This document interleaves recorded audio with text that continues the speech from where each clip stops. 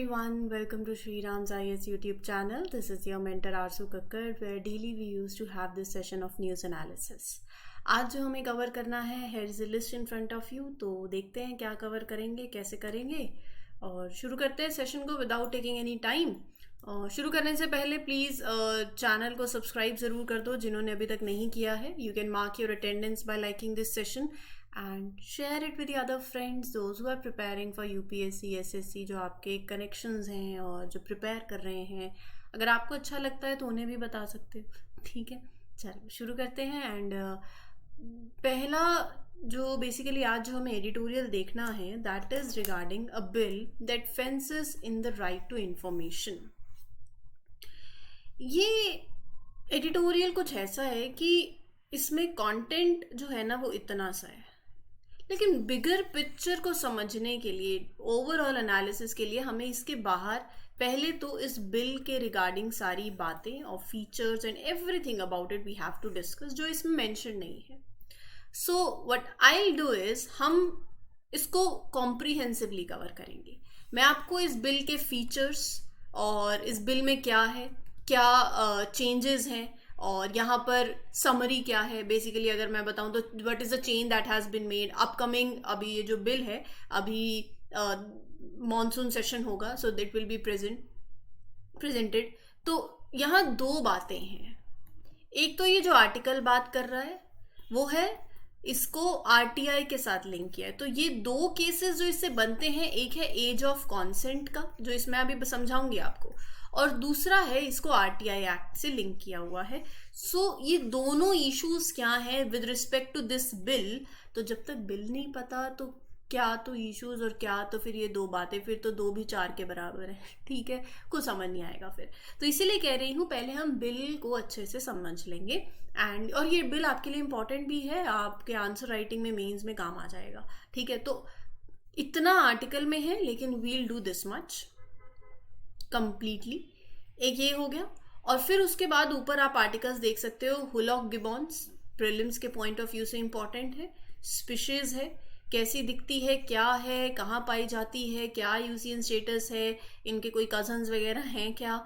तो will talk about them in detail. PM Mitra scheme news में है, टेक्सटाइल रिलेटेड स्कीम है, तो will talk about it. News में आ गई है, जीएस पेपर 2 से भी आप लिंक कर सकते हो.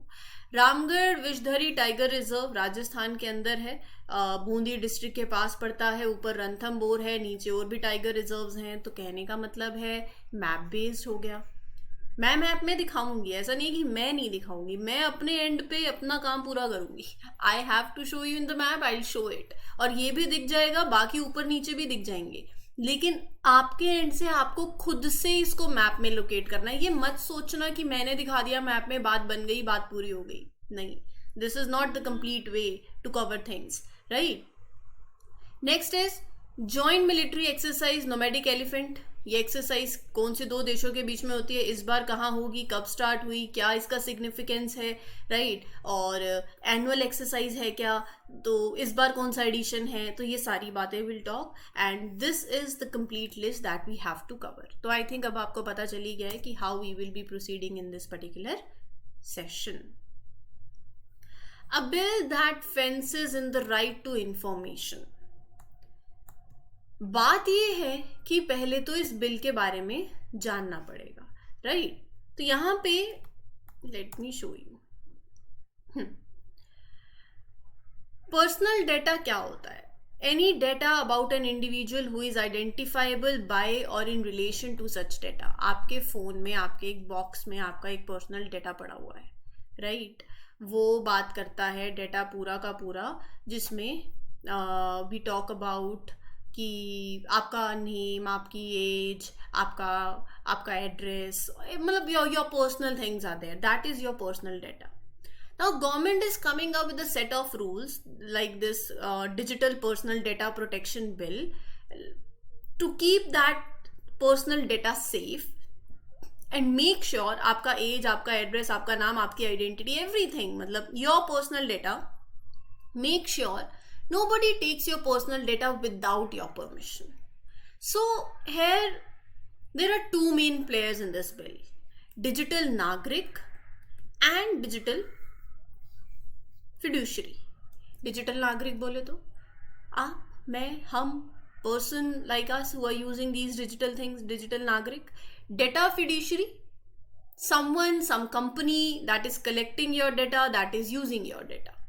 तो एज अ डिजिटल नागरिक ये bill will give you the right to protect your personal data. आप डिसाइड करोगे who can see my data, who can't, right. On the other hand data fiduciary मतलब वो कंपनीज हो गई, वो वेबसाइट्स होगी that have to follow these rules to use your data properly, क्योंकि they can't just take your personal data without a good reason. They have to explain ki why they want it, what they will do with it. It's like they have to ask your permission before opening that your special box of your data, right? So bill क्या करता है, bill एक balance way find कर रहा है between your right to keep your data safe and the need for the company also to use your some data for some important reasons, for like providing you good services for the country's safety. So this is where the bill goes, right?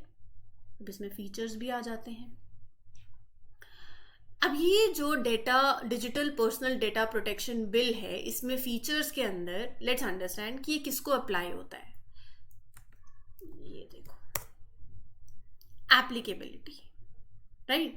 So the bill apply to the processing of digital personal data within India इंडिया. मान लो कोई company हो गई, कोई भी, it applies to companies who are handling your personal data, right. It's for the people and the companies in India, but it will also apply to the processing of personal data outside India, companies outside, if they are offering the services or profiling the individuals in India. मतलब simple सा ये है, या ये bill उन पे भी apply होगा जो कंपनीज इंडिया के अंदर हैं and using your personal data, या फिर company they are outside India, they are from those other countries but they want to offer you the services to those people who are in India. पहली बात. दूसरी बात आती है consent की, getting the permission. See, if someone wants to use our personal data, they have to ask us first, na. So they should tell us what they want to do with our information. Then they'll get our permission also.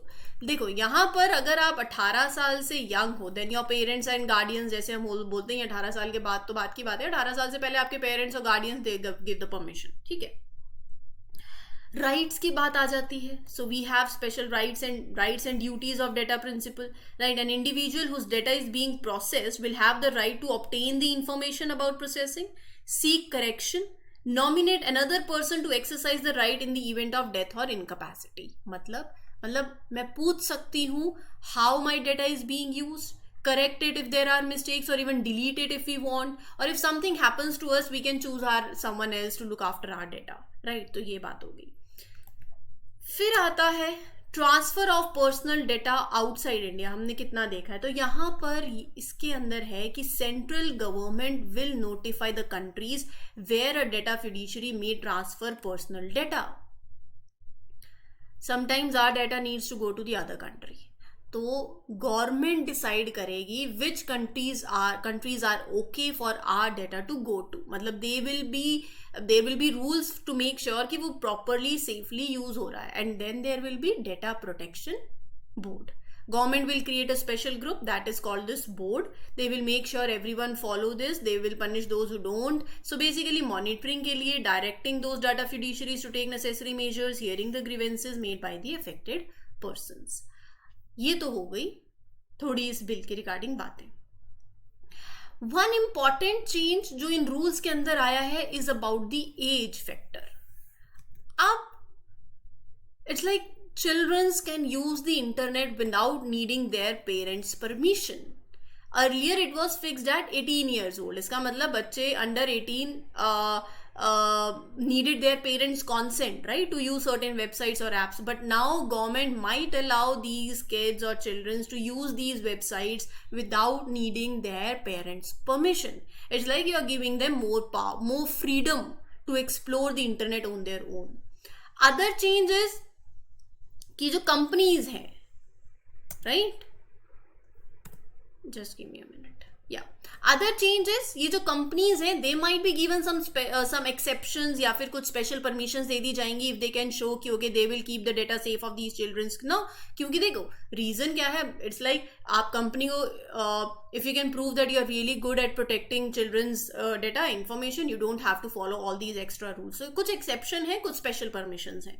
तो reason क्या है इन changes के लिए, ताकि बच्चे आज के time पे they become more independent, they are and they want to use different services without always having to ask to their parents for permission. So government is trying to find a balance between keeping kids safe online, these children safe online, and allowing them to have bit more freedom to use the internet responsibly. तो अभी ये जो नया bill है, it will be discussed in the parliament's monsoon session, and if it becomes a law, मतलब it will be like a big book of rules जो होगी that companies have to follow to protect the personal data while we use the internet. मुद्दा कहाँ है? एक तो ये हो गया एज वाला। दूसरा पॉइंट है इसके अंदर, जो ये आर्टिकल में इस बार ये जो एडिटोरियल आया है उसके विद रिस्पेक्ट टू में जो बात कर रहा है, पूरे एडिटोरियल की ये समरी है, in conflict with RTI act. अब दो बातें समझने की, दो चीजें हो गई, एक आपके हाथ में है राइट टू इंफॉर्मेशन एक्ट और एक है डेटा प्रोटेक्शन बिल। दोनों क्या कर रहे हैं, आपस में क्लैश करते हैं। कैसे करते हैं, कॉन्फ्लिक्ट कहाँ आता है, समझते हैं। डेटा प्रोटेक्शन बिल का एम क्या है, टू प्रोटेक्ट पीपल्स, यहां पर यही तो एक टर्म है that is not described, people's personal information, to protect people's personal information, ensure that companies, organizations in India handle it responsibly। मतलब ये individuals को देगी more control, कौन आपका आप you can restrict it, it cannot be used, if it can be used, how it can be used, share उसका access। गोल क्या है, privacy का, let me write it down for you। गोल क्या है, privacy का, and prevent the misuse of personal data। दूसरे hand पे RTI act आता है। आरटीआई एक्ट क्या करता है, it empowers the citizens to access the information that is held by the government and public authorities. It allows people to seek details about various government activities, decisions, policies. तो RTI act तो क्या कर रहा है, RTI act empower कर रहा है to access that data, to promote transparency and accountability in the governance. तो वो तो हो गया कॉन्फ्लिक्ट। RTI Act, अब you want to sort, मतलब when information sought under the RTI Act, it contains personal data of an individual. If someone requests the documents that are related to a government program or an investigation, it might include sensitive personal information जो आप RTI Act के अंदर मांग रहे हो, लेकिन data protection bill के अंदर जो प्रोविजन है प्राइवेसी वाले, that will clash with the RTI Act। ये है कॉन्फ्लिक्ट। अब यहां पर राइट, अब यहां पर ये कॉन्फ्लिक्ट आपको समझ आ गया। तो एक चीज और है, that is section 8 clause 1 sub clause J of this RTI act. इसके अंदर एक शील्ड की तरह है ये, that protect some information from being disclose. मतलब इस सेक्शन के अंदर it list down certain situations जहां पर government can refuse to give you the information you asked for. मतलब if information is related to national security, it can be kept confidential, मतलब there are other reasons also. So अब यहां ना दिक्कत कहाँ आती है, see for the government to deny giving this personal information they have to prove at least one of these two things. क्या है वो, मतलब द इंफॉर्मेशन जो आप मांग रहे हो it is not related to any public activity और पब्लिक इंटरेस्ट। मतलब if the information is about something private that does not concern the public, they don't have to share it. दूसरा, information is such that if it is shared it will invade someone's privacy without any good reason। तो now this proposed bill wants to change this section। this section 8 जो है ये तो एक shield की तरह है जहां पर आप इंफॉर्मेशन नहीं शो कर सकते। अब इस बिल के अंदर they want to expand its reach and से जितनी भी पर्सनल इंफॉर्मेशन है it can be kept away from RTI act. इसका मतलब government won't have to share any personal information even if it's about the public activities और public interest, even if it's important for the citizen, या जो भी है। तो यहां पर आ जाती है टेंशन, ये होता है कॉन्फ्लिक्ट और ये होता है क्लैश। ये एडिटोरियल बात कर रहा है। This change would be bit worrisome because it might be harder for the people to know what's happening in the government, right? So sometime we need to know the personal information about the officials or people who are involved in the public matters to ensure कि हर चीज fair और transparent manner में हो रही हो, right? और यहाँ पर रही बात इस टर्म की, मतलब ये सेक्शन 8 के अंदर आपने शील्ड लगा दी, अब ये आरटीआई एक्ट के साथ क्या हो गया, कॉन्फ्लिक्ट के अंदर आ रहा है। आरटीआई एक्ट तो कह रहा है ट्रांसपेरेंसी लाने के लिए you can ask for the information, right, लेकिन आरटीआई एक्ट में सेक्शन 8 जो है जहां पर आप हाइड कर सकते हो, लेकिन उसके अंदर you are adding all the personal information also into this list, you are expanding that list, right. So ये एक दिक्कत है। दूसरी बात, इस बिल के अंदर it might change the definition of the word person also.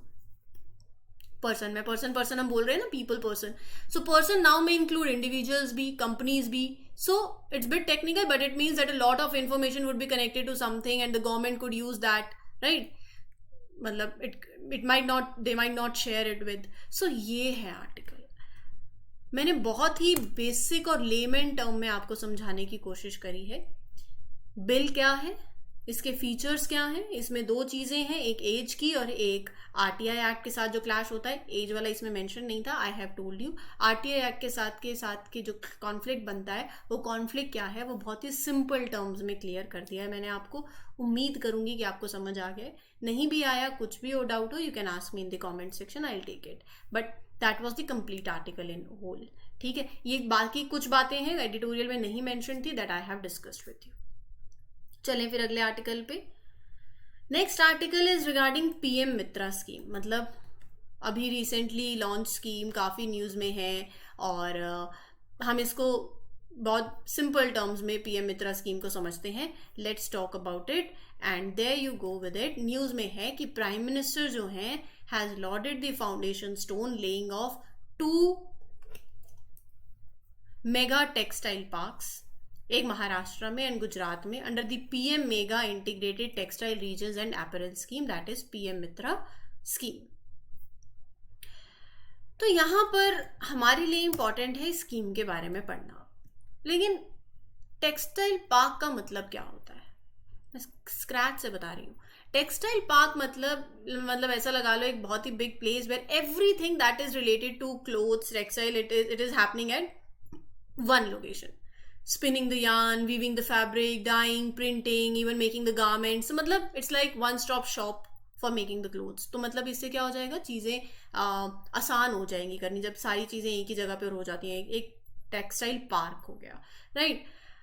अब for each of these textile park government will create a special team, special purpose vehicle owned by centre and state government, they will be setting it up for each park, ताकि इस project की implementation को देखा जा सके, right. इस textile park के लिए फंडिंग जो है वो ऐसी है कि टेक्सटाइल मिनिस्ट्री सपोर्ट प्रोवाइड करेगी in the form of development capital support up to ₹500 crore पर पार्क। तो मतलब फाइनेंशियल सपोर्ट पार्क्स को हेल्प करेगा to build the necessary infrastructure, get everything ready, right. So it is like a very good plan. अब इसी के साथ साथ अगर आप अच्छा काम कर रहे हो तो इंसेंटिव भी दिया जाएगा। So competitive incentive support of up to ₹300 crore पर park to the units in PM Mitra park will be provided to incentivize speedy implementation. वही होगा ना, अगर आप टाइम से पहले आपकी इम्प्लीमेंटेशन बहुत अच्छी है, you have done a good job, right, so that is the case, it's like a reward. और इन पार्क को बनाने के लिए government need some big land, big piece of land, so they want to have at least 1000 acres of land. Ministry textile की अभी ये park को एस्टैब्लिश करने का जो प्लान है वो कहाँ कहाँ है, तमिलनाडु, तेलंगाना, गुजरात, कर्नाटका, एमपी, यूपी और महाराष्ट्र। तो ये आपको ध्यान में रखना है। Ramgarh Vishdhari tiger reserve and ये न्यूज़ में है, witness the birth of curbs for the first time. हमारे लिए इंपॉर्टेंट बस यही है, मैप में देखते हैं पहले। तो ये देख रहे हो, बूंदी यहाँ पड़ता है, और ऊपर देखो सरिस्का टाइगर रिजर्व, नीचे रणथंबोर, और उसके नीचे Mukundra hills tiger reserve Kota के पास। तो ये हो गई नॉर्थ से साउथ अरेंजमेंट। और ये क्या हो गया, इन दोनों के बीच में पड़ता है रामगढ़। एक कॉरिडोर लगा लो, एक बफर लगा लो, सो दैट इज इट। ये हो गया पूरा। मैप में जब तक नहीं देखते तो बात नहीं बनती, तो आप खुद से मैप में लोकेट करोगे, ऊपर सरिस्का, फिर रणथंबोर, फिर इधर रामगढ़, और इसके नीचे Mukundra hills tiger reserve. Map में प्लीज लोकेट कर लेना खुद से एक बार। तो राजस्थान घूमते हैं, थोड़ा सा चलते हैं। बूंदी डिस्ट्रिक्ट है, साउथ ईस्टर्न पार्ट है of Rajasthan, it lies there with representation of दोनों विंध्यान और Aravalli elements. Ranthambore tiger reserve north में पड़ता है, it is in continuation with the buffer area of it. And नीचे सदर्न साउथ पे मुकुंदरा हिल्स टाइगर रिजर्व मैंने आपको दिखा दिया। इस टाइगर रिजर्व से मेज रिवर बहती है जो कि चंबल रिवर की ट्रिब्यूटरी है। Terrain is mostly rugged and hilly, और यहाँ पर अगर आप देखोगे तो it is like semi arid zone of India. Dhok trees यहाँ पर आपको देखने को मिलेंगी। Dry deciduous forest it consist of, right. तो यहाँ पर amaltas, India ghost tree, tendu, gurjan, khair, रोन, तो ये सारी आपको स्पीशीज देखने को मिलेंगी प्लांट्स की। Leopard, sloth bear, jungle cat, golden jackal, hyena, langur, तो पॉर्क्यूपाइन, तो ये सारी स्पीशीज आपको देखने को मिलेंगी फ्लोरा और फना की। आप ये भाई साहब बैठे हुए हैं, थोड़ा सा इनके बारे में बात कर लेते हैं, बहुत ही स्मार्ट है। इनका नाम है hoolock gibbon. Conservation status of India's only ape was a cause of concern at a global event on this held recently in China. अब ये टर्म क्या है ऐप, इसको भी पढ़ लेते हैं। Okay, ape is group of animals that are really smart, group of animals that are very smart just like humans. So these gibbons are native to some parts of India as well as, you know, mind में picture save कर लो, मतलब ऐसे बहुत सी species हमें को पढ़नी होती हैं, तो जितना ज़्यादा पिक्चर्स के थ्रू आप रिकॉल कर पाओ उतना आपके लिए फ़ायदा है। मैं बहुत बार ये बोलती हूँ, इसीलिए बोलती हूँ क्योंकि साल भर में बहुत सी स्पीशीज, बहुत से आर्ट फॉर्म, बहुत से कल्चर्स, बहुत कुछ आएगा, तो जितना दिमाग में पिक्चर रह गई इनकी उतना आपके लिए फ़ायदा हो जाएगा। अब जैसे गिबॉन आया तो ये इनकी पिक्चर आ जानी चाहिए, और जैसे मैं जिस तरीके से बोल रही हूँ तो वो चीज़ें आपको याद रखवाएंगी, right. So like group of animals that are really smart, दिखते भी ऐसे स्मार्ट से हैं। These gibbons are native to some parts of India as well as Bangladesh, Myanmar, south west China. So it is the only ape found in India. मतलब मैं इसके बारे में जैसे जैसे बताऊंगी आपको समझ आ जाएगा। So now these gibbons are smallest and the fastest among all the apes, and they live in forests in Southeast Asia. मतलब it's like a special kind of gibbon, hillock gibbon, that can be only found in the northeastern part of India, right? Tropical और subtropical forest के अंदर। They are unique to India's north east and is one of the 20 species of gibbon on the earth. तो मतलब यही है कि they can be only found in the north eastern part of India. It's like a unique member of the gibbon family and there are about 20 different species of gibbons in the world. They are very clever creature, super smart होते हैं just like you. They have their own distinct personality just like you. हर एक person की होती है अपनी distinct personality. इनके family bonds बहुत स्ट्रॉन्ग होते हैं, like we love our family. तो यहाँ पर बात यह है कि यहाँ it are divided into two, western hoolock gibbon और ईस्टर्न होलॉक गिबॉन। इनकी रेंज वाइडर है, it is found in all the states of north east, लेकिन यहाँ पर ये सिर्फ ईस्टर्न वाले अरुणाचल प्रदेश और आसाम और इधर चाइना, नॉर्थ ईस्ट म्यांमार इधर मिलते हैं, तो मतलब स्पेसिफिक पॉकेट्स हो गए।